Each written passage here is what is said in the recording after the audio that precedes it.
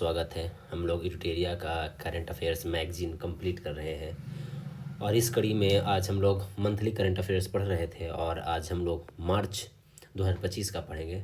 मार्च पढ़ना है हम लोग को, फिर फरवरी पढ़ना है और जनवरी पढ़ना है। ये 3 मंथ 2025 का कंप्लीट करेंगे। उसके बाद हम लोग इंटरनेशनल न्यूज पढ़ना है और उसके बाद साइंस एंड टेक और साइंस एंड टेक और डिफेंस से रिलेटेड जो होगा वो सब देख लेंगे। तो चलिए शुरू करते हैं। मार्च का है। हरियाणा के गुरुग्राम में भारत के पहले विश्व शांति केंद्र का उद्घाटन किया गया है। तो विश्व शांति केंद्र कहाँ किया गया है? तो हरियाणा के गुरुग्राम में। ऐसे भी हरियाणा में लोग बहुत मारपीट करते हैं, झगड़ा करते हैं, तो वहाँ शांति की बहुत ज़रूरत है। तो विश्व शांति केंद्र कहाँ बनाया गया है? तो गुरुग्राम में बनाया गया है।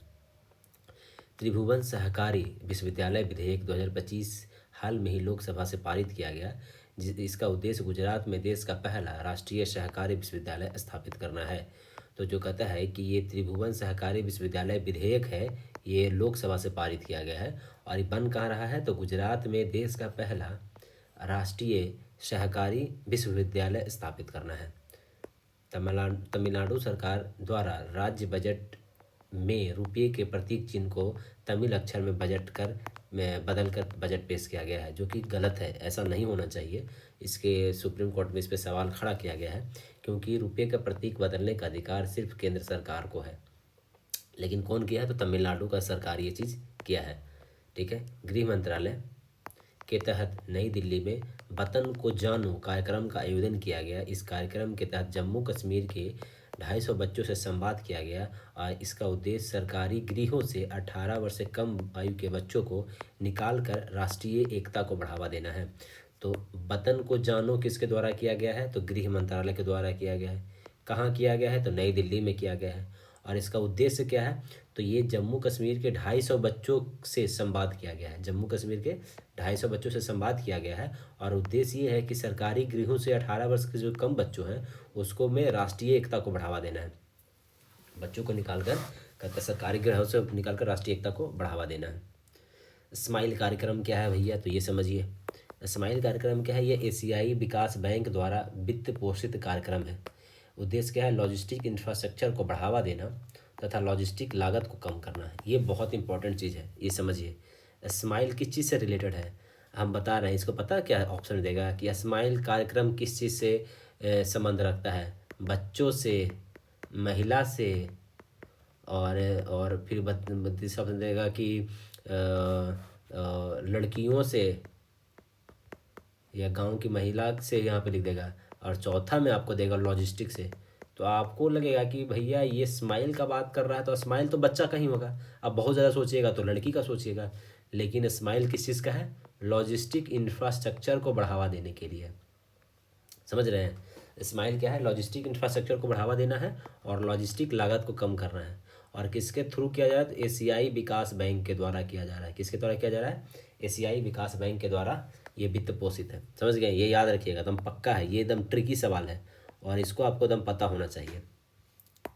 प्रधानमंत्री नरेंद्र मोदी ने गुजरात के जामनगर जिले में उन्नत पशु बचाव, संरक्षण और पुनर्वास केंद्र बंतारा का उद्घाटन किया है। इस कार्यक्रम में मुकेश अंबानी, नीता अंबानी, अनंत अंबानी, राधिका मर्चेंट शामिल हुए।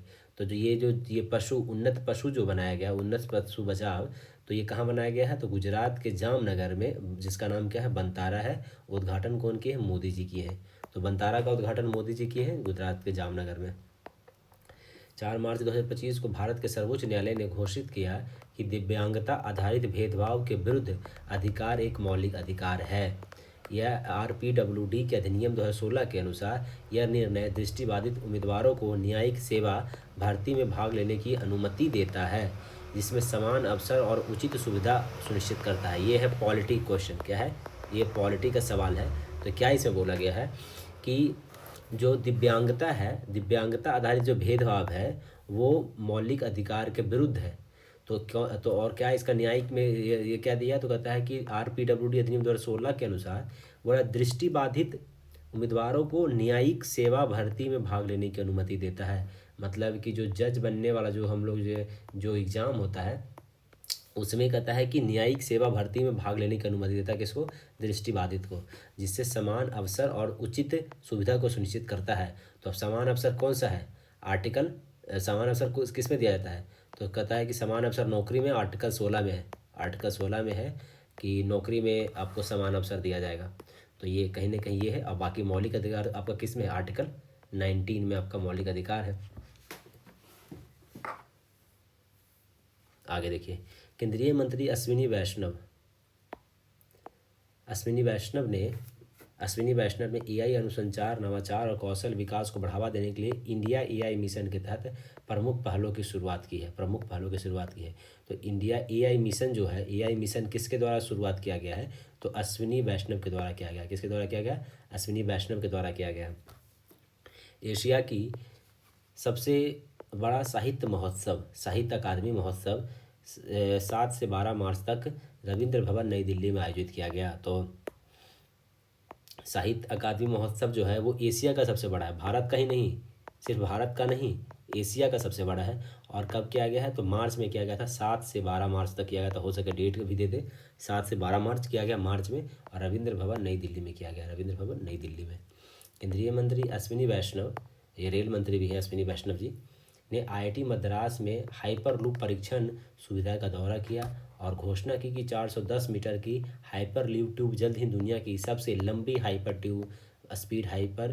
स्पीड ट्यूब बन जाएगी। तो और इस परियोजना को भारतीय रेल मंत्रालय का समर्थन प्राप्त है, जबकि integral coach factory ICF Chennai electronic तकनीक का प्रबंधन कर रही है।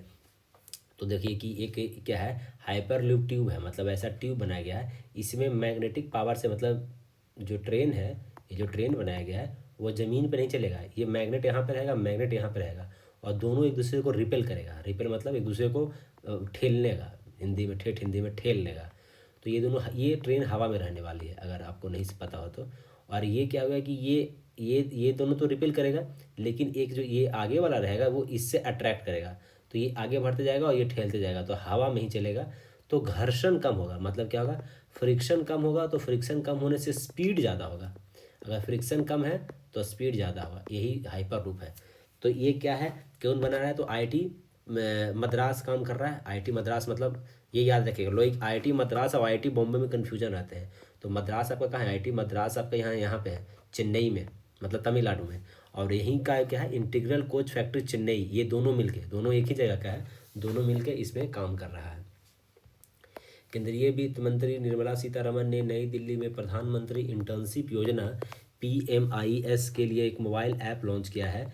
ऐप को पंजीकरण को सुव्यवस्थित करने, वास्तविक समय पर अपडेट प्रदान करने और उम्मीदवारों के लिए सहज इंटरफेस प्रदान करने के लिए डिज़ाइन किया गया है। युवाओं के लिए रोजगार कौशल अवसर पैदा करने के लिए सरकार प्रतिबद्धता का समर्थन करता है। तो इतना आप जानिए कि जो ये प्रधानमंत्री इंटर्नशिप योजना जो है, इसके लिए जो ऐप बनाया गया है वो कौन लॉन्च किया है, तो ये जो कहता है कि इंटर्नशिप करने के बाद, इंटर्नशिप से क्या कमाएगा, इंटर्नशिप में आपको पैसा भी दिया जाएगा। तो पैसा की बात जब आ रही है तो निर्मला सीतारमण जी होंगी, तो ये याद रखिएगा। यहाँ पे मोदी जी मत मार दीजिएगा, प्रधानमंत्री हैं तो मोदी जी ही करेंगे, नहीं, कन्फ्यूजन यही सब होता है, यही सब क्वेश्चन गलत होता है। जब इंटर्नशिप की बात हो रहा है तो वहाँ पे पैसा मिलेगा, अब पैसा से रिलेटेड को है निर्मला सीतारमण जी है। और कहाँ किया गया, नई दिल्ली में किया गया, ये तो पता होना चाहिए आपको।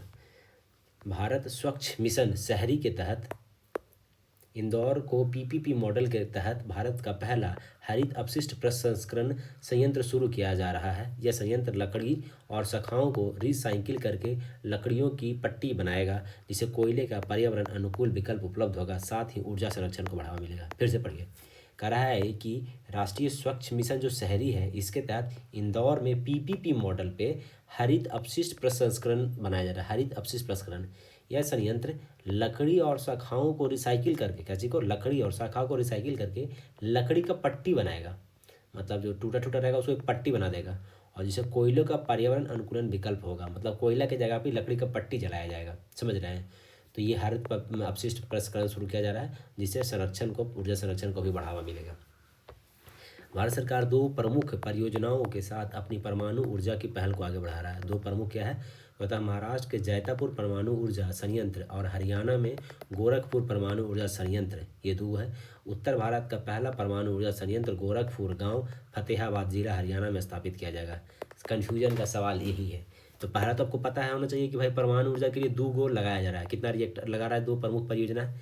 पहला तो महाराष्ट्र के जैतापुर परमाणु संयंत्र में, तो आपको इतना समझ आया कि जैतापुर परमाणु संयंत्र कहाँ है जी? महाराष्ट्र है। दूसरा देगा कि गोरखपुर परमाणु संयंत्र कहाँ है, तो आप देगा अरे गोरखपुर तो यूपी में है। नहीं भैया, ये यूपी वाला नहीं है। गोरखपुर गांव फतेहाबाद जिला हरियाणा में है।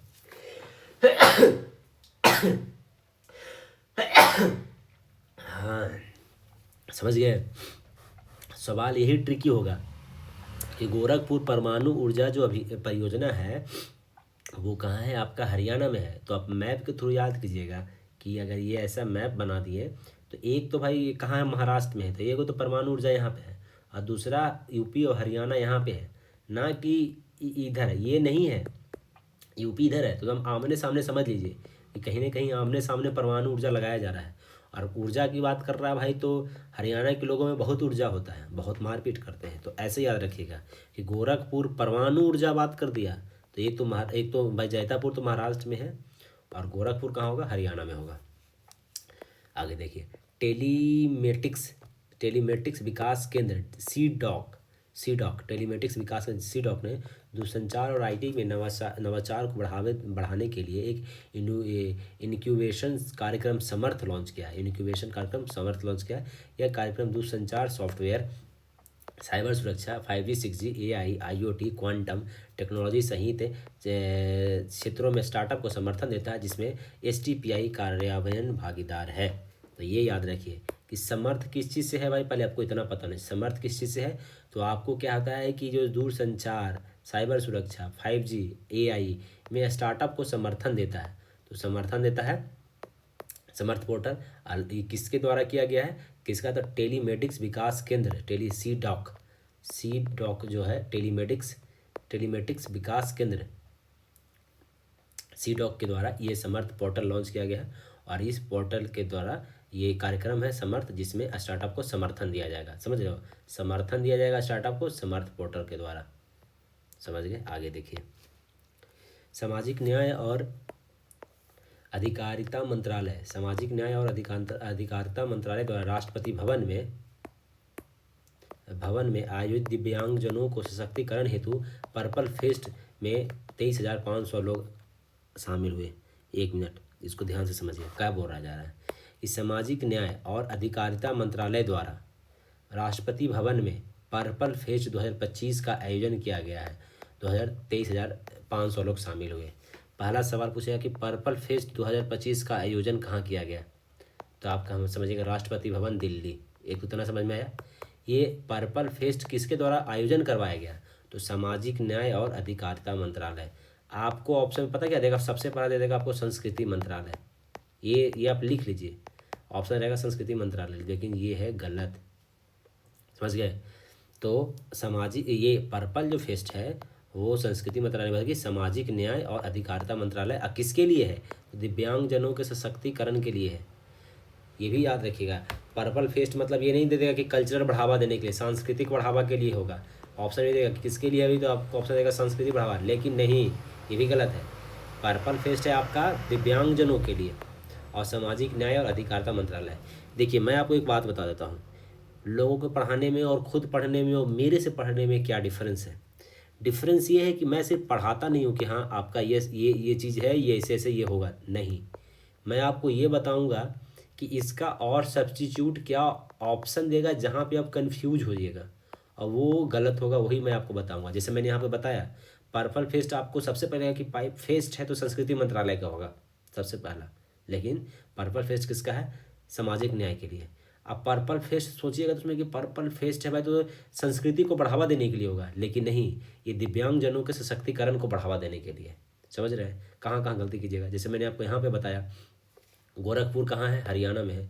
क्या ऑप्शन दे सकता है? तो ये सब चीज़ों को ही बहुत इंपॉर्टेंट है, समझना बहुत ज़रूरी है। आगे देखिए, भारतीय कॉरपोरेट मामलों के स्थान में 22-23-2025 को अपना मानेसर परिसर में समर्थ 2025 को शुरुआत किया गया है। इस कार्यक्रम ने छात्रों को संकटग्रस्त व्यवसायों के लिए कॉरपोरेट बचाव रणनीति विकास करने के लिए एक मंच प्रदान किया गया है। आप ये क्या है जो देखिए समर्थ क्या है, ये एक समर्थ 2025 अलग है। अरे भैया एक समर्थ यहाँ पे भी था, एक समर्थ यहाँ पे भी, इस समर्थ था, इस समर्थ लिखा है, ठीक है। तो कहता है भारतीय कॉरपोरेट मामलों के संस्थान, भारतीय कॉर्पोरेट मामलों के संस्थान कहता है आईआईसीए ने 23 से 25 मार्च तक अपने मानेसर परिसर में समर्थ 2025 का शुभारंभ किया। इस कार्यक्रम में ने छात्रों को संकटग्रस्त व्यवसायों के लिए कॉरपोरेट बचाव रणनीति विकसित करने के लिए एक मंच प्रदान किया है, ठीक है। लगभग कहीं ना कहीं तो वही है, लेकिन ये थोड़ा अलग है।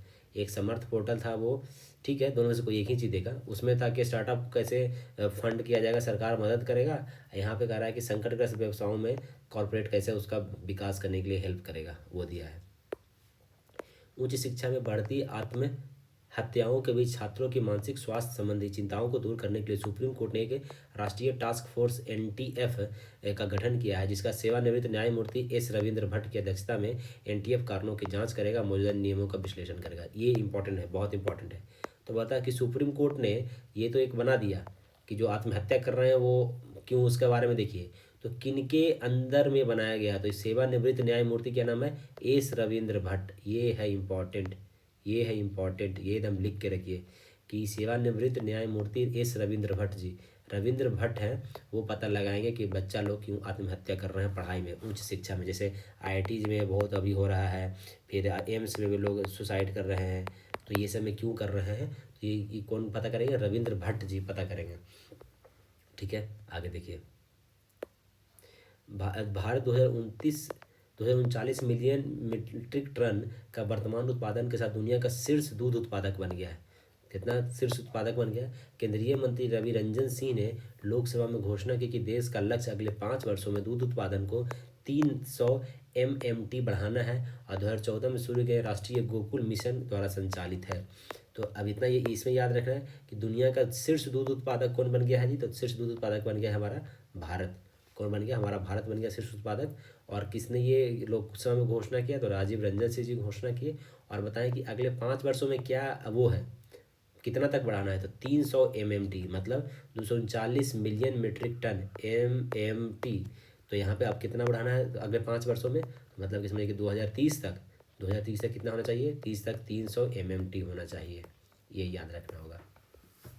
पूर्वोत्तर हस्तशिल्प व हथकरघा विकास निगम लिमिटेड ने जर्मनी से एरी सिल्क के लिए ओकोटेक्स प्रमाणन प्राप्त करके एक महत्वपूर्ण उपलब्धि हासिल की है।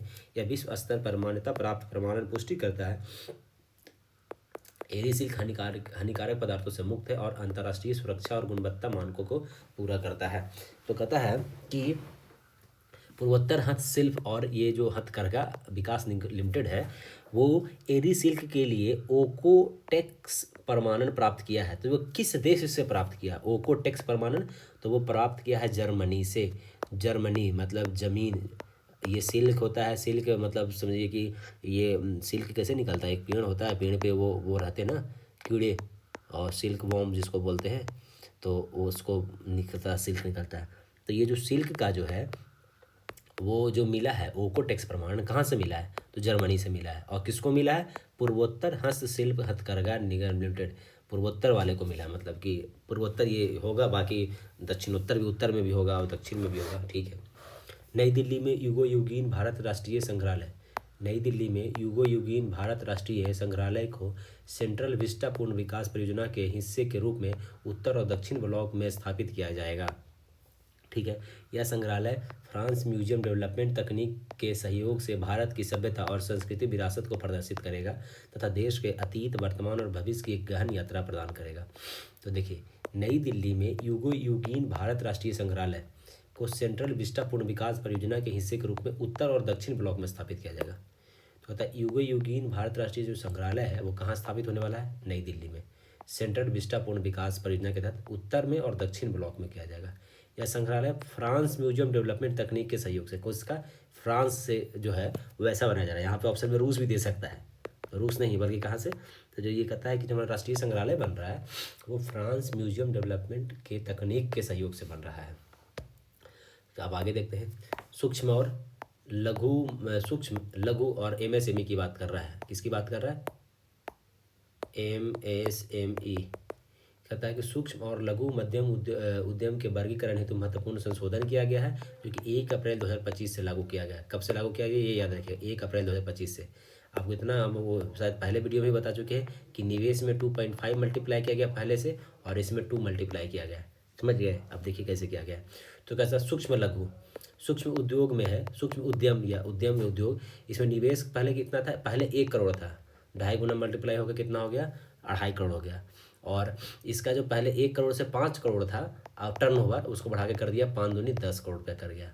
तो आप कैसे इसको याद रखना है कि एक, देखिए मैं आपको 2 तरीके से बताता हूँ। पहले कितना था? 1, अब कितना कर दिया? 2.5। पहले कितना था? 5, अब कितना कर दिया गया? 10। नहीं तो आप ऐसे इसको उल्टा याद कीजिए, उल्टा याद रहेगा, ज़्यादा सही रहेगा। कैसे कैसे याद रखना, देखिए अब कितना हो गया? 2.5, पहले कितना था? 1, आप पहले कितना था? 5, अब कितना हो गया? 10। समझ गए? ये पहले का। फिर लघु की बात कर ले, लघु उद्यम का, तो पहले अभी 1 था, तो अब इसको, अब देखिए ये 1 था तो अब कितना हो जाएगा? यहाँ पे हो जाएगा 10। अब इसको, अब ये बढ़ के कितना हो गया? 2.5। और ये कितना था? ये था कितना? 50। तो अब ये बढ़ के कितना हो गया? 100। समझ गए? थोड़ा इसमें ज़्यादा कन्फ्यूजन है, इस तरीके से नहीं याद होगा, ऐसे याद नहीं होगा, कन्फ्यूज हो रहे हैं। देखिए पहले कितना था? 1, अब कितना हो गया? 2.5। पहले कितना था? 5, अब कितना हो गया? 10। अच्छा ये 1 था, तो इसके अगर लघु की बात कर ले तो 1 की जगह पे कितना था? ये 1 गुनी 10। और ये नीचे कितना था? अब 10 हो गया, अब कितना हो गया? ये 25 हो गया। 5 से ये कितना गुना बढ़ा था? तो ये शायद 10 गुना बढ़ा था, 50 था, अब बढ़ के कितना हो गया? 100। फिर ये 10 से कितना 5 गुना बढ़ा, अब ये हो गया कितना? मतलब 50 था, अब हो गया 125 हो गया। और ये कितना हो जाएगा? 50 दूनी, कन्फ्यूज हो गया है, बाद में देखेंगे, ट्रिक बाद में देखेंगे, अभी याद कीजिए। ये 2.5 गुना था और ये 2 गुना था।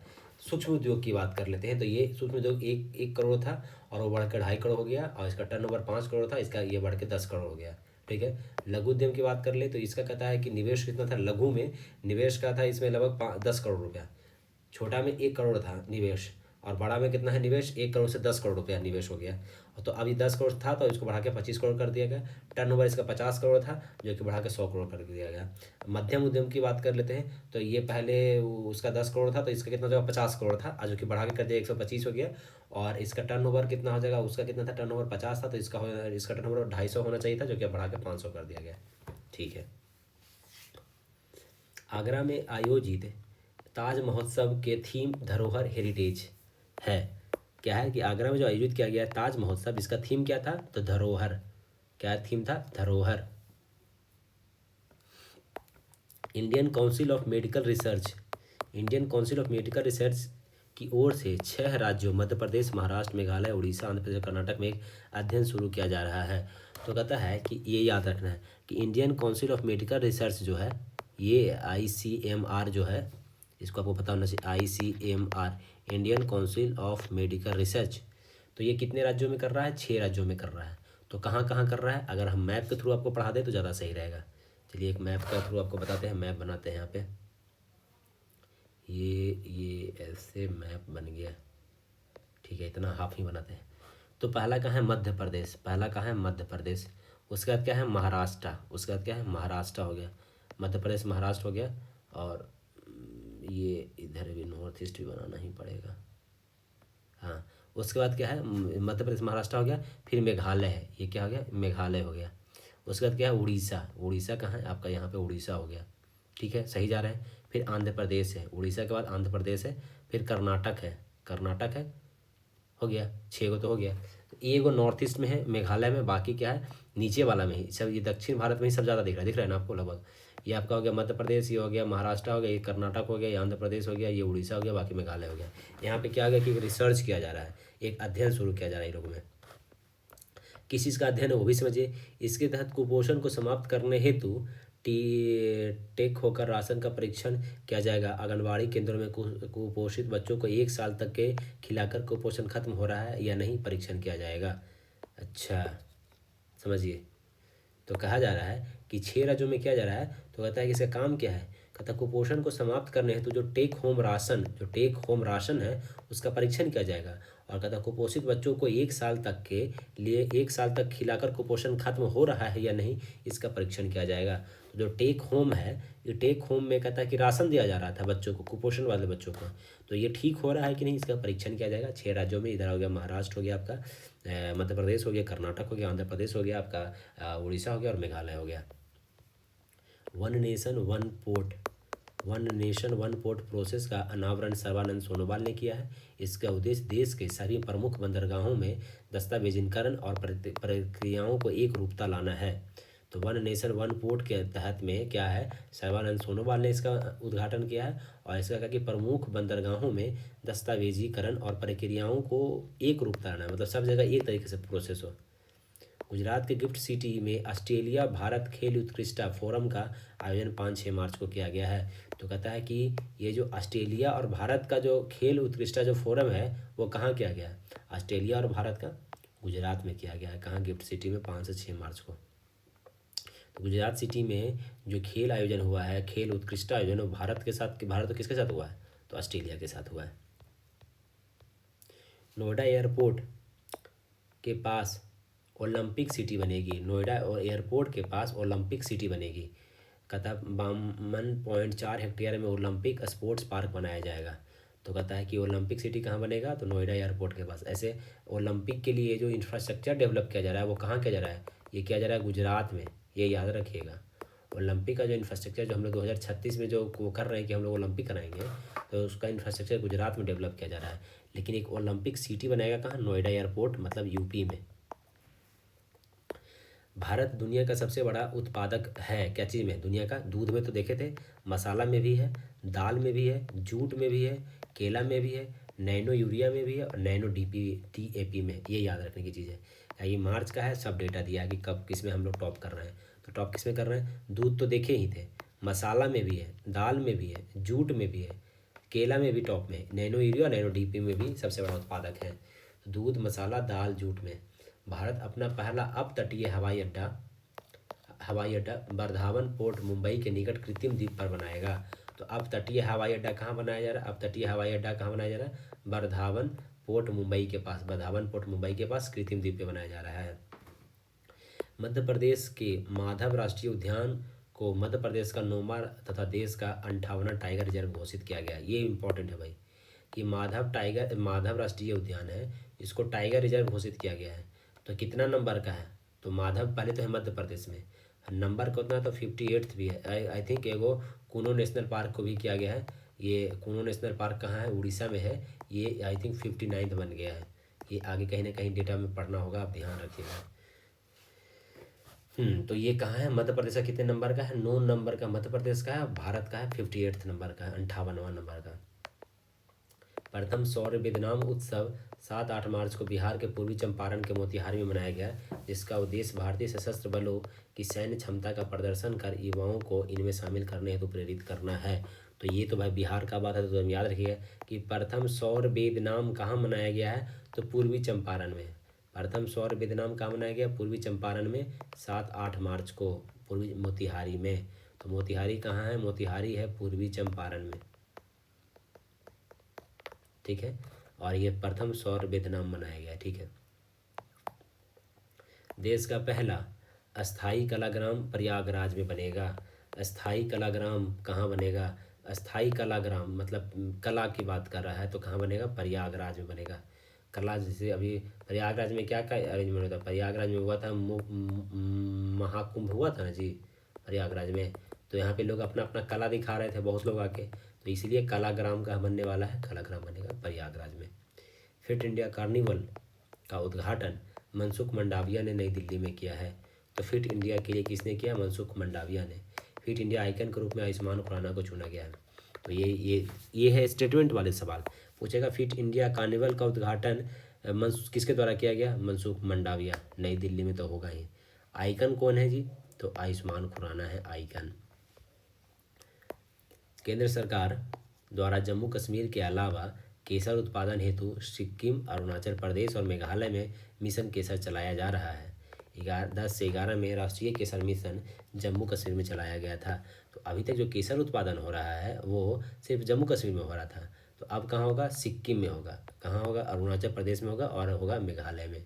मैप बना दे, मैप ये है, ये और ये नॉर्थ ईस्ट है। तो सिक्किम आपका कहाँ है, ये है आपका सिक्किम, तो सिक्किम में होगा। फिर ये पूरा है आपका, ये क्या है, ये अरुणाचल हो गया, अरुणाचल में होगा। और यहाँ पे है मेघालय, तो ये है मेघालय आपका। ये 3 जगह होगा केसर का उत्पादन। IRDAI ने भारत की पहली निजी पूर्ण बीमा कंपनी वैल्यूएटिक्स री इंश्योरेंस को मंजूरी दी है। तो कहता है IRDAI ने भारत की पहली निजी पूर्ण बीमा कंपनी वैल्यूएटिक्स को री इंश्योरेंस की मंजूरी दी है। ये थोड़ा डिफरेंट चीज़ें हैं। तो कहता है कि IRDAI ने कहता है कि भारत की निजी पूर्ण बीमा कंपनी जो है, पूर्ण बीमा दोबारा बीमा करने वाली कंपनी का नाम क्या है, वैल्यूएटिक्स को क्या हुआ, री इंश्योरेंस को मंजूरी दिया गया है। ये थोड़ा आपका इकोनॉमिक्स से भी रिलेटेड कह सकते हैं, इंश्योरेंस वगैरह। तो ये क्या गया, री इंश्योरेंस की मंजूरी किसको दिया है, तो वैल्यूएटिक्स नाम की कंपनी को दिया गया है। धरती आबा ट्राइब प्रियोंस 2025 भारत जनजातीय गौरव वर्ष के रूप में एक प्रमुख पहल है जो बिरसा मुंडा की 150वीं जयंती को समर्पित है। यह एक राष्ट्रव्यापी पहल है जिसका उद्देश्य जनजातीय लोगों को उद्यमिता को बढ़ावा देना है। तो जो धरती आबा ट्राइब प्रियोंस कहता है ना कि एंटरप्रेन्योर्स जो बोलते हैं ना, तो ट्राइबप्रेन्योरेंस है वो जनजातीय गौरव दिवस कहता बिरसा मुंडा की 150वीं जयंती को समर्पित है। तो ये है, और ये क्या राष्ट्रव्यापी कहता उद्यमिता को बढ़ावा देना, उद्यमिता को बढ़ावा देना। NSO इंडिया द्वारा IIT गांधीनगर में हैक द फ्यूचर हैकाथन का आयोजन किया गया है। तो ये कहता है हैक द फ्यूचर को ही हैक करने के लिए कहाँ होंगे, तो IIT गांधीनगर में। गांधीनगर कहाँ है, गुजरात में है। तो भाई गुजराती का तो अभी फ्यूचर है भाई, ये सिटी तो ही पूरा तेज़ी से बढ़ रहा है। तो हैक द फ्यूचर कहाँ किया गया, IIT गांधीनगर में, और NSO इंडिया के तहत किया गया है। किसके तहत किया गया, NSO इंडिया के तहत किया गया। केंद्र सरकार ने सहकारी टैक्सी सेवा लॉन्च की है, सहकार टैक्सी सेवा लॉन्च की है।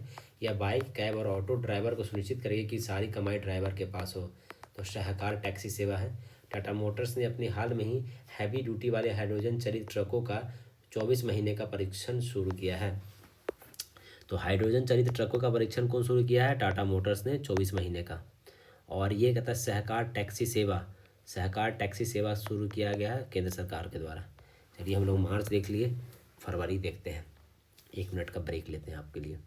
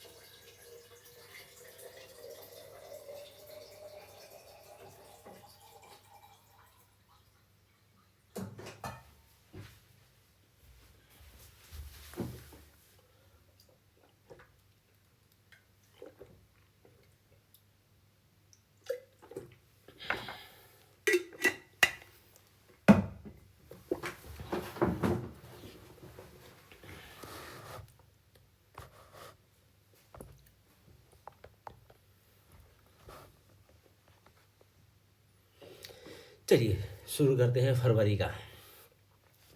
तो कहता फरवरी में क्या बोला गया है, सिक्किम का PM Shri government senior secondary school Namchi पूर्वोत्तर राज्य का पहला ग्रीन स्कूल रेटिंग प्राप्त करने वाला एकमात्र शैक्षणिक संस्थान बन गया है। तो जो PM Shri government senior secondary school Namchi जो है वो किस राज्य में है जिसको पहला ग्रीन स्कूल रेटिंग प्राप्त मिला है, तो ये याद रखिएगा। तो PM Shri government senior secondary school जो है वो किस राज्य में है, तो राज्य है सिक्किम। इसको क्या मिला है, कहता है पूर्वोत्तर का पहला ग्रीन स्कूल रेटिंग प्राप्त करने वाला एकमात्र शैक्षणिक संस्थान होगा। ग्रीन स्कूल कहाँ, सिक्किम को मिला है। किसको मिला, ग्रीन स्कूल सिक्किम को मिला है। यहाँ पे सिक्किम है ना टॉप पे। प्रयागराज में आयोजित कुंभ में 6 फरवरी को जनजातीय सांस्कृतिक समागम 2025 आयोजन किया गया, जिसमें 15,000 से अधिक आदिवासियों ने भाग लिया। इसका उद्देश्य भारत के आदिवासी समुदायों को समृद्ध विरासत और परंपराओं को प्रोत्साहित करना है। तो ये याद रखिए कि जनजातीय सांस्कृतिक समागम 2025 कहाँ मनाया गया था, कहाँ आयोजन किया गया था? जनजातीय सांस्कृतिक समागम तो ये किया गया था आपका प्रयागराज में। समागम जहाँ पे समझिएगा एकदम भाई, समागम, ये समागम, ये वर्ड ही सुनने में थोड़ा वो लगता है कि भाई क्या बढ़िया चीज़ है। तो समागम कहाँ हुआ था? प्रयागराज में हुआ था, ये याद रखिएगा। उद्देश्य क्या था? आदिवासी समुदायों की समृद्ध विरासत और परंपराओं को प्रोत्साहित करना था। अतः फरवरी 2025 में नई दिल्ली में मोदी जी ने भारत ऊर्जा सप्ताह 2025 को वर्चुअली उद्घाटन किया। यह ऊर्जा सप्ताह का तीसरा संस्करण था, जिसके आयोजन यशोभूमि नई दिल्ली में हुई थी। ये याद रखने की चीज़ है, याद तो सब रखने का चीज़ है भैया। कहता भारत ऊर्जा सप्ताह 2025, भारत ऊर्जा सप्ताह 2025 उद्घाटन किए मोदी जी। कहाँ किए? नई दिल्ली में। और कहता है यह ऊर्जा सप्ताह तीसरा संस्करण था। कौन सा संस्करण था? तो तीसरा संस्करण। तो जो ऊर्जा सप्ताह जो हम लोग मनाए हैं, ऊर्जा सप्ताह, ये कितना संस्करण था? तो ये तीसरा था। ऑप्शन यही देगा, तीसरा, चौथा, पाँचवा या दूसरा, यही ऑप्शन देगा। ऊर्जा सप्ताह का कौन सा संस्करण हम लोग मनाए हैं? तो ऊर्जा मनाए हैं। देखो, ऊ से ऊर्जा, और ऐसे ही यहाँ से तीसरा, समझ रहे हैं? तो ऊर्जा सप्ताह हम लोग मनाए हैं, कितने नंबर का था? तीसरे नंबर का था। और ये कहाँ किया गया? यशोभूमि नई दिल्ली में किया गया, मोदी जी के द्वारा किया गया, फरवरी में किया गया। ठीक है, ये देखते हैं। हाँ ठीक है, फिर उसके बाद जनवरी है। ठीक है, आज करना है भैया, जनवरी तक तो इसको आज करना है। आगे देखते हैं, थोड़ा मेंटेन लेके चलेंगे। त्रिपुरा सरकार के बारे में। त्रिपुरा सरकार ने 80,000 छात्रों को प्रशिक्षित करने के लिए त्रिपुरा इंस्टीट्यूट ऑफ टेक्नोलॉजी में कौशल उदय टोंगई प्रशिक्षण कार्यक्रम शुरू किया गया है। तो ये कौशल उदय टोंगई जो शुरू किया गया है किसके द्वारा? तो त्रिपुरा सरकार के द्वारा। ये याद रखना कि कौशल उदय टोंगई, ई और ई त्रि, ई अत्री, त्रि ई और त्रि, टोंगई ई अत्री। तो टोंगई जो किया गया त्रिपुरा के द्वारा किया गया, जिसमें 80,000 से अधिक छात्रों को प्रशिक्षण किया जाएगा। समझ गए? तो याद रखना है, कौशल उदय टोंगई त्रिपुरा में किया गया 80,000 के ज़्यादा छात्रों के लिए। भारतीय प्रतिभूति विनियमन बोर्ड, भारतीय प्रतिष्ठाता है सेबी, ने एक नया प्लेटफॉर्म मित्र लॉन्च किया है, जिसके जरिए निवेशकों को उसके खोए हुए निवेश और निष्क्रिय म्यूचुअल फंड्स के बारे में जानकारी मिल सकेगी। तो कहता है कि किसने ये मित्र जो लॉन्च किया गया, किसके द्वारा किया गया है? मित्र जो लॉन्च किया गया सेबी के द्वारा किया गया है। और इसका काम क्या है मित्र का? कि भाई आपका दोस्त है वो आपको पुराना जो खोया हुआ है या निष्क्रिय म्यूचुअल फंड्स है उसकी जानकारी देगा। ये आपका मित्र है, ये खोज के लाकर आपको देगा। आपका पैसा कहाँ कहाँ खो गया है वो मित्र ला के देगा। म्यूचुअल फंड्स की बात कर दिया तो सेबी इसमें घुसेगा ही, सेबी ही इसको अधिनियमित करता है, सेबी। उत्तर प्रदेश विधानसभा अनुवादन की सुविधा से लैस भारत की पहली विधानसभा बन गया। ठीक है। केंद्रीय नागरिक उड्डयन मंत्री राम मोहन नायडू ने भारत के पर्यटकों के लिए इलेक्ट्रॉनिक पर्सनल लाइसेंस ईपीएल का शुभारंभ किया। ऐसा करने वाला भारत दुनिया का दूसरा देश बन गया है। तो कहता है कि इलेक्ट्रॉनिक पर्सनल लाइसेंस ईपीएल, आपको फुल फॉर्म ही पूछेगा। ईपीएल का क्या है? Electronic personal licence. तो ये इसका शुभारंभ किसने किया जी? शुभारंभ किया है नागरिक उड्डयन मंत्री राम मोहन नायडू। आपको तो पहले ये पता होना चाहिए कि नागरिक उड्डयन मंत्री कौन है? केंद्र का राम मनोहर नायडू जी हैं। और वो देश का दुनिया का दूसरा नंबर का देश बन गया है। मध्य प्रदेश सरकार राज्य में ड्रोन के क्षेत्र में निवेश को आकर्षित करने के लिए ड्रोन संवर्धन एवं उपयोग नीति लॉन्च किया है। तो कहता है कि ड्रोन संवर्धन उपयोग नीति कौन सा राज्य किया है? तो राज्य कौन है जी? मध्य प्रदेश है। ये याद रखिए कि ड्रोन संवर्धन उपयोग नीति जो लाया है वो कौन लाया है? तो मध्य प्रदेश लगाया। अगर भारत का मैप देखिएगा तो मध्य प्रदेश कहाँ है? एकदम बीचों बीच में है। तो ये बीचों बीच से ड्रोन लगाया जाएगा। तो ये ड्रोन में सबसे ज़्यादा इन्वेस्टमेंट कौन करेगा? तो मध्य प्रदेश करना चाह रहा है ड्रोन के लिए। समझ गए? नई दिल्ली में पूसा कृषि विज्ञान महोत्सव का आयोजन किया गया है, जिसका केंद्रीय मंत्री शिवराज चौहान जी ने उद्घाटन किया है। इसका विषय उन्नत कृषि विकसित भारत। है। इस मेले में भारतीय कृषि अनुसंधान संस्थान द्वारा विकसित अत्याधुनिक किस्म और प्रौद्योगिकियों का लाइव प्रदर्शन किया गया।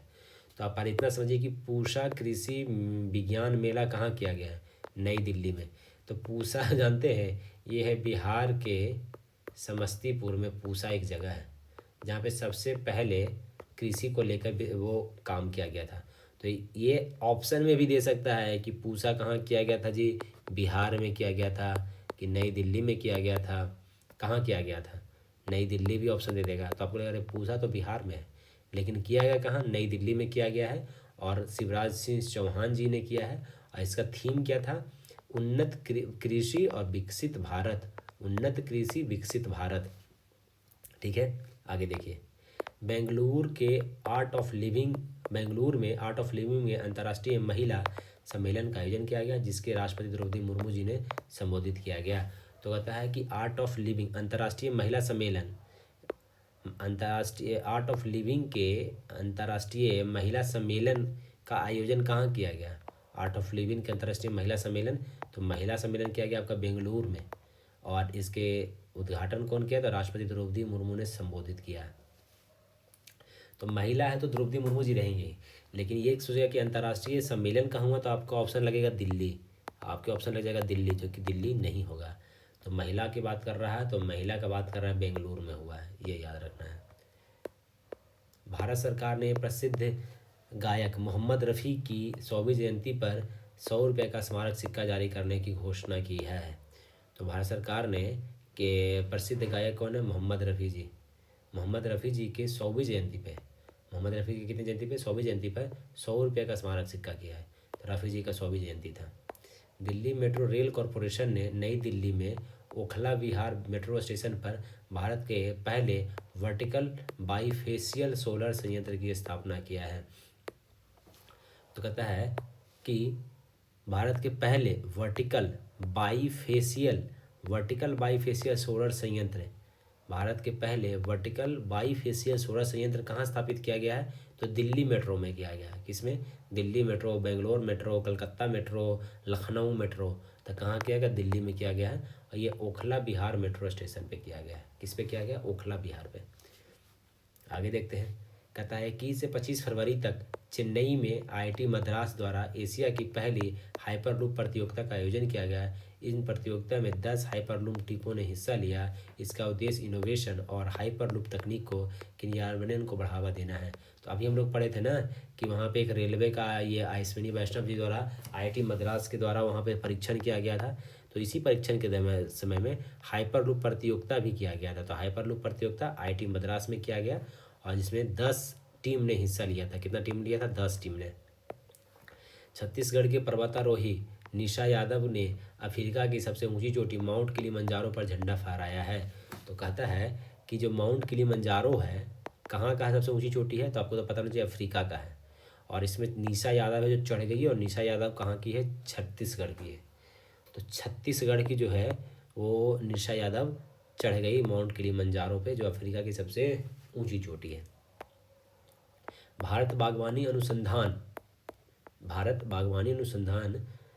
संस्थान द्वारा 27 से 1 मार्च तक बेंगलुरु में राष्ट्रीय बागवानी मेला का आयोजन किया गया। यह विकसित भारत के लिए बागवानी विषय पर था। इसका उद्देश्य देश में विकास में बागवानी की महत्वपूर्ण भूमिका पर जोर देना है। तो ये याद रखिए कि राष्ट्रीय बागवानी मेला कहाँ आयोजित किया गया जी? तो बागवानी के मेला किया गया बेंगलुरु में। बागवानी कहाँ किया गया? बेंगलुरु में। ऐसे ही बेंगलुरु में लोग बहुत सारे हैं, काम करते हैं, तो यहाँ पे पेड़ पौधे लगाना बहुत ज़रूरी है। तो बागवानी कहाँ किया गया? बेंगलुरु में किया गया। किसके द्वारा? तो भारतीय बागवानी अनुसंधान संस्थान द्वारा। ऑप्शन में दे देगा पर्यावरण मंत्रालय भी दे सकता है शायद, तो आपको लगेगा पर्यावरण मंत्रालय होगा, लेकिन नहीं होगा। ये भारतीय बागवानी अनुसंधान संस्थान के द्वारा किया गया। थीम क्या था? विकसित भारत के लिए बागवानी। विकसित भारत के लिए बागवानी इसका थीम था और इसका ये किया गया।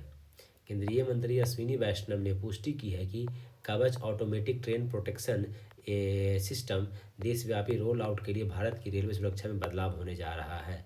तो ये कवच ऑटोमेटिक ट्रेन प्रोटेक्शन ATP तो कहता है कि कवच ऑटोमेटिक ट्रेन प्रोटेक्शन कवच ऑटोमेटिक ट्रेन प्रोटेक्शन है वो अश्विनी वैष्णव जी ने बोला कि अब रोल आउट हो जाएगा। माइटी और आईटी इंदौर ने एग्री हब की शुरुआत की है, जो एक एआई आधारित ये संचालित उत्कृष्टता केंद्र है जिसका उद्देश्य भारत के कृषि में क्रांति लाना है। इस पहल का उद्देश्य एआई तथा मशीन लर्निंग, डीप लर्निंग का उपयोग करके सूखे, बाढ़ और कम उत्पादकता जैसी चुनौतियों का समाधान करना है। तो ये एग्री हब का जो शुरुआत कौन किया है, एग्री का बात जो किया है, एग्री हब है, इसका शुरुआत कौन किया है? तो एक तो एमआईटी ने किया और आईआईटी इंदौर ने किया है। सवाल यही रहेगा, जो कि एआई संचालित उत्कृष्टता केंद्र है और ये सूखे, बाढ़ और उत्क्रम उत्पादकता जैसी चुनौतियों का समाधान करना है। तो एग्री हब जो शुरू किया गया है, जो आईआईटी इंदौर है, तो एग्रीकल्चर का हब बनाने के लिए, साफ़ सफाई इंदौर में है तो वहाँ पे अब एग्रीकल्चर पे भी ध्यान दिया जा रहा है और माइटी के द्वारा किया गया एग्री हब। तो इसमें ये भी देगा कि माइटी और आईआईटी इंदौर द्वारा जो शुरुआत है उसका नाम क्या है, एग्री हब। एग्री हब होगा कि एग्री क्लस्टर है, एग्री हाउस है, तो ये पूछेगा। ऐसे ये भी ऑप्शन दे सकता है, यह एग्री टीम है, ऐसा नाम दे देगा चार वो, तो आपको पता चले कि एग्री हब है जो बनाया गया है आईआईटी इंदौर और एमआईटी के द्वारा। महाराष्ट्र में तो पता है यही विश्वविद्यालय स्थापित किया जा रहा है, पता है, कई बार पढ़ चुके हैं। इस परियोजना का नेतृत्व करने के लिए शिक्षा जगत, उद्योग और सरकार के विशेषज्ञों ने मिलकर एक टास्क फोर्स बनाई है। ठीक है, इसमें क्या है, शिक्षा जगत भी है, उद्योग भी है और सरकार भी है। केंद्रीय मंत्री शिवराज सिंह चौहान ने प्रधानमंत्री कृषि सिंचाई योजना के तहत वाटरशेड विकास को बढ़ावा देने के लिए वाटरशेड यात्रा अभियान की शुरुआत की है। तो कह रहा है कि शिवराज सिंह चौहान जी जो हैं वो प्रधानमंत्री कृषि सिंचाई योजना के तहत प्रधानमंत्री कृषि सिंचाई योजना के तहत वाटरशेड अभियान की शुरुआत किया है। किसने किया? शिवराज सिंह चौहान ने। प्रधानमंत्री कृषि योजना 2.0 भी है। कितना है? प्रधानमंत्री कृषि योजना कौन सा? 2.0 है, इसमें वाटरशेड लगाया जा रहा है। 2 फरवरी को जोहान्सबर्ग में BAPS बहुसांस्कृतिक केंद्र के हिस्से के रूप में दक्षिणी गोलार्ध में श्री स्वामी नारायण के सबसे बड़े हिंदू मंदिर का उद्घाटन किया गया है। तो कहता है कि दक्षिणी गोलार्ध में, हम लोग का जो ये मैप है तो ये उत्तरी गोलार्ध हो गया, ये दक्षिणी गोलार्ध में। तो दक्षिणी गोलार्ध में यहाँ पे जोहान्सबर्ग है। इस जोहान्सबर्ग में कहता है श्री स्वामी नारायण के सबसे बड़े हिंदू मंदिर बनाया जा रहा है। कहाँ बनाया जा रहा है? जोहान्सबर्ग में बनाया जा रहा है। कहता है कि BAPS बहुसांस्कृतिक केंद्र के हिस्से के रूप में। तो किनकी मंदिर, अब पूछेगा कि यहाँ पे कि जो बनाया जा रहा है किनका मंदिर बनाया जा रहा है? राम जी का बनाया जा रहा है कि शिव जी का बनाया जा रहा है कि स्वामी नारायण का बनाया जा रहा है? स्वामी नारायण का बनाया जा रहा है कि बुद्ध भगवान का बनाया जा रहा है? ऑप्शन में ये रहेगा, समझ गए? तो किसका बनाया जा रहा है? स्वामी नारायण जी का बनाया जा रहा है, समझ गए? अब बनाया कहाँ जा रहा है? जोहान्सबर्ग में बनाया जा रहा है। आयुष मंत्रालय ने शतावरी के औषधीय लाभों को बारे में जागरूकता फैलाने के लिए शतावरी बेहतर स्वास्थ्य के लिए अभियान शुरू किया गया है। तो ये तो पता है, शतावरी बेहतर स्वास्थ्य के लिए किसने किया? आयुष मंत्रालय ने किया है। ठीक है। भारत PM गति शक्ति और राष्ट्रीय लॉजिस्टिक नीति NLP जैसी पहलों के माध्यम से अपने लॉजिस्टिक क्षेत्र को मजबूत करने का प्रयास कर रहा है, जिसका लक्ष्य 2030 तक विश्व बैंक के रसद प्रदर्शन सूचकांक में शीर्ष 25 रैंक प्राप्त करना है। क्या बोल दिया, हमको समझ में नहीं आया। मेरे बहुत लंबा है भैया और हम बहुत स्लो ही चलते हैं, थोड़ा हमें को फास्ट करो तो पड़े, समझ रहे हैं? एक पेज और ये अभी लगभग ज़्यादा है, बहुत ज़्यादा है, बहुत स्लो भी चल रहे हैं हम, थोड़ा फास्ट पढ़ना होगा, एक्सप्लेनेशन कम करेंगे हम। तो आता है PM गति शक्ति और लॉजिस्टिक नीति। भारत PM गति शक्ति और लॉजिस्टिक नीति जैसी पहलों के माध्यम से अपने लॉजिस्टिक क्षेत्र को मजबूत करने का प्रयास कर रहा है, जिसका लक्ष्य 2030 तक विश्व बैंक के रसद प्रदर्शन सूचकांक में शीर्ष 25 रैंकिंग को प्राप्त करना है। समझ ही में नहीं आ रहा, इस चीज़ें नहीं आ रहा है। क्या बोल रहा है कि भारत PM गति शक्ति और राष्ट्रीय लॉजिक नीति NLP नेशनल लॉजिस्टिक प्लान जैसी पहलों के माध्यम से अपने लॉजिस्टिक क्षेत्र में मजबूत करने का हम लोग प्रयास कर रहे हैं। ये एक लॉजिस्टिक नीति है, ये है भारत PM गति शक्ति है। और जिसका लक्ष्य है कि 2030 तक विश्व बैंक के रसद प्रदर्शन सूचकांक में हम लोग 25 रैंकिंग प्राप्त कर लें। तो कहना है कि आपको इतना समझिए कि ये 25 रैंक कब तक प्राप्त कर पाएंगे हम लोग, 2030 तक प्राप्त कर पाएंगे। और ये जो रिपोर्ट किसके द्वारा दिया जाता है, तो विश्व बैंक के द्वारा रिपोर्ट दिया जाता है, इतना जानिए। यूनिसेफ ने बच्चों के बीच चोट से संबंधित मौतों के प्रमुख कारण दुर्घटनाओं से होने वाले मौतों को कम करने के लिए बाल सड़क सूचना के लिए एक राष्ट्रीय रोडमैप तैयार किया है। यह योजना में पूरे भारत में बच्चों के लिए सुरक्षित सड़कें बनाने के लिए गति विनियमन, शैक्षिक पहल और लक्षित सुरक्षा उपाय शामिल है। तो कहता है कि जो चोट से संबंधित मौतों को प्रमुख घटनाओं का जो ये बाल सड़क सुरक्षा जो किया गया है, वो बाल सड़क सुरक्षा कौन किया है, तो यूनिसेफ ने किया है। तो पहला दे देगा WHO, दूसरा दे देगा यूनिसेफ, और तीसरा दे देगा और कोई और ऑप्शन दे देगा। तो इसमें कौन है, तो ये बच्चा के लिए कौन काम कर रहा है, तो यूनिसेफ कर रहा है, बच्चा के लिए काम कर रहा है यूनिसेफ। लोकसभा अध्यक्ष ओम बिरला ने संसद में अनुवाद सेवाओं में 6 और भाषा बोडो, डोंगरी, मैथाली, मणिपुरी, संस्कृत और उर्दू को शामिल करने की घोषणा की है। यह पहल का उद्देश्य विधायी चर्चाओं में पहुंच और समावेशिता को बढ़ावा देना है। तो कौन कौन लैंग्वेज किया गया वो देखिए, बोडो, डोंगरी, मैथिली, मणिपुरी, संस्कृत और उर्दू। कौन, बोडो डोगरी, मैथिली मणिपुरी, दो को याद कीजिए, बोडो डोगरी, मैथिली मणिपुरी, संस्कृत उर्दू। तो कितना भाषा को ऐड किया है, 6। तो पहला तो यही याद रखिए कि अनुवाद के लिए कौन कितना भाषा, 6, 7, 8 या 2। तो आपको याद रखना कि 6 भाषा को ऐड किया गया है। किसको किसको ऐड किया गया, तो बोडो डोगरी, मैथिली मणिपुरी, संस्कृत उर्दू। यह कदम अंततः भारतीय संविधान के अनुसूची 8 में सूचीबद्ध सभी 22 भाषा को शामिल करने के व्यापक प्रयास भी है। तो अब टोटल 22 भाषा हो गया है। हालांकि संस्कृत को शामिल करने से इसकी संप्रियता और आधिकारिकता स्थिति पर बहस छिड़ गई है। तो कहता है संस्कृत को शामिल करने पे थोड़ा बहस छिड़ गया है, ठीक है, वो चलता है। काशी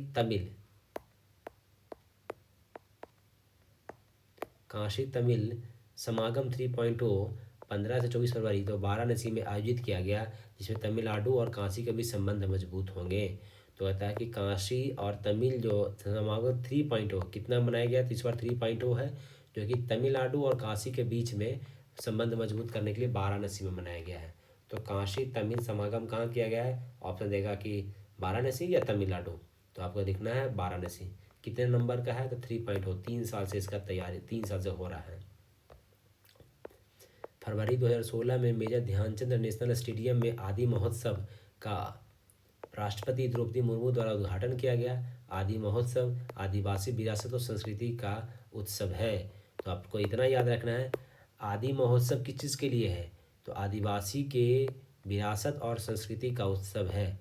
इसका उद्घाटन कौन किया, तो आदिवासी का है। तो भाई तो हमारी द्रौपदी मुर्मू जी आदिवासी कैटेगरी से आती हैं, मतलब समाज से, द्रौपदी मुर्मू जी ने किया। हुआ कहाँ है, तो मेजर ध्यानचंद नेशनल स्टेडियम जो कि नई दिल्ली में है, ठीक है। मोदी जी द्वारा आयोजित परीक्षा पे चर्चा में खिलाड़ी MC मैरी कॉम, अवनी लेखरा और सुहास यातिराज शामिल हुए हैं। तो कहता है कि जो परीक्षा पे जो चर्चा 2025 जो किया गया, इसमें कौन कौन खिलाड़ी थे, तो मैरी कॉम जी थी, फिर अवनी लेखरा थी और सुहास यतिराज भी शामिल थी। इतना आपको पता होना चाहिए। कतर में अमीर शेख तमीम बिन अहमद अल थानी भारत की यात्रा के दौरान दोनों देशों को अगले 5 वर्षों में द्विपक्षीय व्यापार को $14.8 बिलियन से दुगुना करके $28 बिलियन करने का लक्ष्य रखा है। तो ये जो कतर के अमीर शेख तमीम बिन अहमद अल थानी जो है, वो ये कतर के शेख हैं, वो भारत की यात्रा पे आए थे और वो 5 वर्ष में जो $14 बिलियन है उसको $28 बिलियन करने का लक्ष्य रखे हैं। कतर से रोजगार मतलब वो है। भारत के पहले open air art wall museum का उद्घाटन नई दिल्ली में किया गया मौसम भवन में, जो भारतीय मौसम विभाग के 150 साल पूरे होने के उपलक्ष्य में किया गया है। तो open air art of wall museum कहाँ किया गया है, मौसम विभाग नई दिल्ली में, कितने वर्ष होने पे, 150 वर्ष होने पे। फरवरी 2025 में केंद्रीय मंत्री भूपेंद्र यादव ने भारतीय रिसाइक्लिंग और पर्यावरण उद्योग संघ द्वारा आयोजित अपशिष्ट रिसाइक्लिंग जलवायु परिवर्तन का सम्मेलन का उद्घाटन किया है। तो अपशिष्ट रिसाइकलिंग और जलवायु परिवर्तन सम्मेलन जो है वो इसका उद्घाटन कौन किए हैं? उद्घाटन किए केंद्रीय मंत्री भूपेंद्र यादव ने किया। अपशिष्ट वाला की बात क्या क्या है, रिसाइकलिंग करने वाला कौन थे? तो भूपेंद्र यादव जी थे। भारत का पहला चिड़ियाघर आधारित बायो बैंक पश्चिम बंगाल के दार्जिलिंग में पंजा नायडू हिमालयन जूलॉजिकल पार्क में स्थापित किया जाएगा और जुलाई 2024 से संचालित यह सुविधा लुप्त प्राय प्रजातियों को आनुवंशिक सामग्री को संरक्षित करता है। तो कहता है कि भारत का पहला चिड़ियाघर आधारित बायो बैंक, चिड़ियाघर आधारित बायो बैंक कहाँ हो रहा है? तो पश्चिम बंगाल में हो रहा है। तो पश्चिम बंगाल के दार्जिलिंग में क्या नाम है? पंजा नायडू हिमालयन जूलॉजिकल पार्क कहाँ है ये याद रखिए। कहता पंजा नायडू हिमालयन पार्क, नायडू देखिए यहाँ पे ऑप्शन देगा तमिलनाडु। अरे यार नायडू लोग तो तमिलनाडु में होते हैं, लेकिन नहीं, दे देगा केरल, नहीं दे देगा आंध्र प्रदेश, नहीं। तो पन्ना जी नायडू कहाँ है? तो पश्चिम बंगाल में है। एक पेज और पढ़ लेते हैं कम से कम। भारत के लिए ऐतिहासिक उपलब्धि के रूप में देश का प्राकृतिक परीक्षण अभियान में 5 वर्ल्ड रिकॉर्ड बनाए हैं, जो समग्र सेवा और आयुर्वेद के प्रति देश की प्रतिबद्धता को दर्शाता है। देश की क्या प्रतिबद्धता को दर्शाता है। ऐतिहासिक उपलब्धि के रूप में कहता है कि भारत के लिए ऐतिहासिक उपलब्धि के रूप में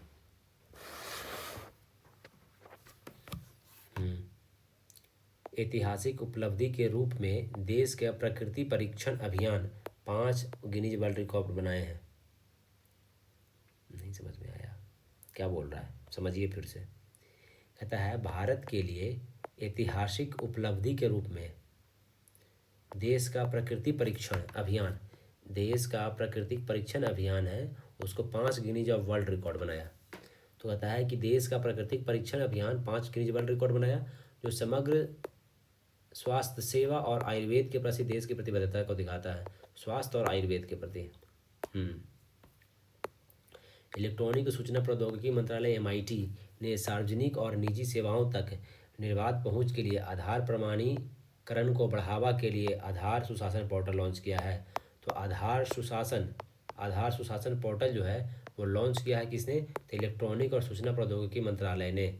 आधार सुशासन पोर्टल कौन लॉन्च किया है? तो MIT ने लॉन्च किया आधार सुशासन पोर्टल। असम के डिब्रूगढ़ को दूसरी राजधानी के रूप में चुना गया है, बता चुके हैं हम आपको। 2 फरवरी को विश्व आर्द्र भूमि दिवस मनाते हैं। यह उत्तर प्रदेश के पार्वती अर्गा रामसर साइट गोंडा में मनाया गया। यह थीम हमारे साझा भविष्य हेतु आर्द्र भूमि का संरक्षण, protecting wetland for the our common futures. ठीक है। तो कहता है कि विश्व आर्द्र भूमि कब मनाते हैं? तो आर्द्र भूमि मनाते हैं 2 फरवरी को। कहाँ मनाया गया? उत्तर प्रदेश के गोंडा जिला में मनाया गया, पार्वती अर्गा रामसर साइट। तो यही पूछ देगा कि पार्वती अर्गा रामसर साइट कहाँ है? तो ये है गोंडा उत्तर प्रदेश में है। पार्वती अर्गा रामसर साइट कहाँ है? तो गोंडा उत्तर प्रदेश में है। थीम क्या था? हमारे साझा भविष्य हेतु आर्द्र भूमियों का संरक्षण, protecting wetland for our common future. Bihar का पहला ग्रीन गोट सीमेंट स्टेशन गया में बनेगा। गोट मतलब बकरी। पता है बकरी का जो सीमेंट स्टेशन कहाँ बनाया गया है? तो गया में बनाया गया बकरी के लिए। बिहार का पहला गोट सीमेंट स्टेशन कहाँ बनाया गया है? गया में बनाया गया है। न्यूजीलैंड के एक पर्वत माउंट तारानाकी में को कानूनी व्यक्ति का दर्जा दिया गया है। यह मूल निवासी माओरो समुदाय इस पर्वत को अपना पूर्वज मानते हैं। तो सबसे पहला सवाल यही पूछेगा कि माओरो समुदाय किस देश का? तो माओरो समुदाय किस देश का है? न्यूजीलैंड का है। यहाँ पे माउंट तारानाकी एक पर्वत है जिसको कानूनी दर्जा मिल गया है। समझ गए? तो कहता है कि माओरी समुदाय जो है, ये जो माओरी समुदाय है, बहुत गजबज कर दिए। माओरी समुदाय कहाँ है? ये न्यूजीलैंड का है, जहाँ पे माउंट तारानाकी को कानूनी व्यक्ति का दर्जा दिया गया है। माओरी समुदाय न्यूजीलैंड। अंतर्राष्ट्रीय बिग कैट अलायंस की स्थापना पर फ्रेमवर्क समझौता आधिकारिक तौर पर 23 जनवरी 2025 को लागू हुआ है। अंतर्राष्ट्रीय बिग कैट अलायंस की स्थापना पर फ्रेमवर्क समझौता ठीक है, 23 जनवरी को लागू हुआ। पूर्वोत्तर हेतु महिला उद्यमिता कार्यक्रम स्वावलंबनी का शुभारंभ केंद्रीय मंत्री जयंत चौधरी ने किया। यह नीति आयोग के सहयोग से शुरू किया गया है। स्वावलंबनी योजना, इसका उद्देश्य पूर्वोत्तर भारत में चयनित उच्च शिक्षण संस्थानों की छात्राओं को उद्यमशीलता, मानसिकता, संसाधन एवं मार्गदर्शन प्रदान करके उन्हें सशक्त बनाना है। समझ गए?